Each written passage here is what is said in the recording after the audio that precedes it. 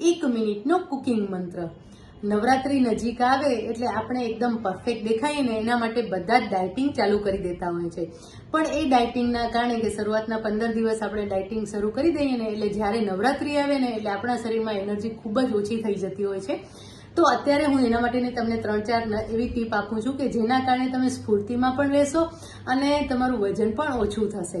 તો સૌથી પહેલાં તો બપોરના રોજ ભરપેટ જમવાનું, સાંજના વહેલું જમી લેવાનું અને લાઇટ ડિનર, કંઈ પણ લાઇટ ખાવાનું, તમે પૌવા છે કે ઉપમા છે અથવા કોઈ ચાટ જેવું કંઈક ખાઓ, એટલે હેલ્ધી ચાટ જેવું કંઈક તમે ખાઓ, એવી કોઈક વાનગી તમે વહેલું લઈ શકો છો, એટલે કે સાંજના 6, 6:30, 7 વાગે જમી લેવાનું। તો એના કારણે પાચન સરસ રીતે થઈ જતી હોય છે।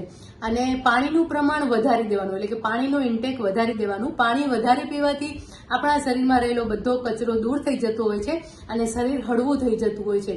જો આ 4-5 ટિપ્સને તમે અનુસરશો ને તો તમારું વજન પણ ઘટશે અને તમે એકદમ સ્ફૂર્તિમાં રહેશો અને સરસ ગરબા પણ કરી શકશો।